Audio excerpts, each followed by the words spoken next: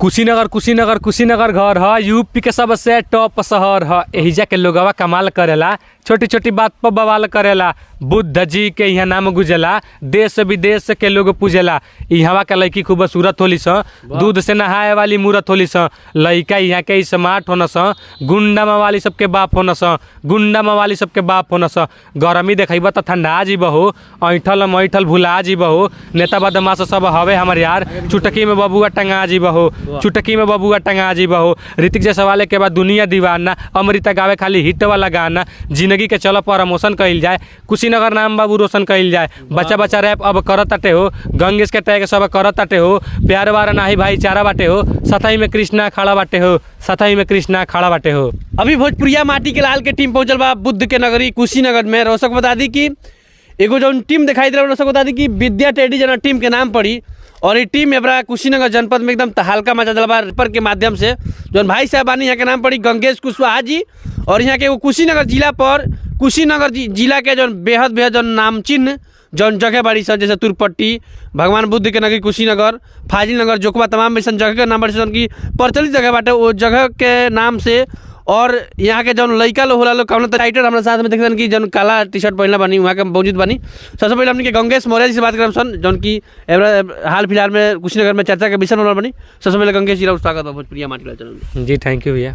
कैसे मन में विचारल की? तो जैसे एक पहले हम गाना गावत रहनी, तो गाना पर उतना सपोर्ट मिले नहीं हमके। तो जैसे अब सब के अपने अपने चैनल थी मतलब जिला पर गाना लेके आवता, तो हमने सोची कुशीनगर पे कुछ अलग कइल जाओ। तो कुशीनगर पे कुछ अलग कैले के चक्कर में हम अपने राइटर से कहनी, तो वो कुशीनगर के ऊपर रैप सॉन्ग लिख देना है। हमके रैप सॉन्ग पसंद आइल और रिकॉर्डिंग भइल ARB मूवीज हरिओम रिकॉर्डिंग स्टूडियो प्रेमनगर में, रामू राजपुरी भैया के पास।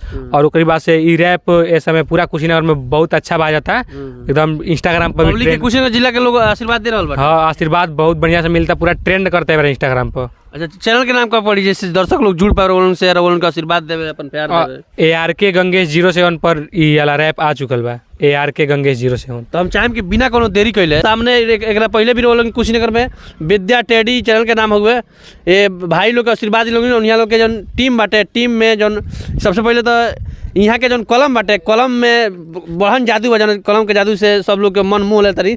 सबसे पहले आपके भी स्वागत, हार्दिक आभार बाटे। थैंक यू भैया। अच्छा कुशीनगर जिला पर कैसे मन में ख्याल की लिखल जाओ? भैया हमने के टारगेट एकदम ले रहने के कुशीनगर के ब्रांड बनाओ बा तो बनाओ बा। कितना टीम में लोग बाटे? यही 7 लोग। 7 लोग।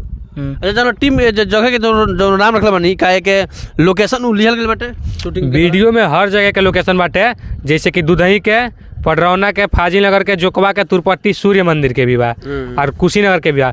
जहाँ जहाँ के वो रैप में नाम बा न ओइजा के लोकेशन जाके पर्सनली हमनी के 4K कैमरा से शूटिंग भइल बा आ उ सब वीडियो में बाटे में। अच्छा टीम में कितना लोग मौजूद बाटे लगभग?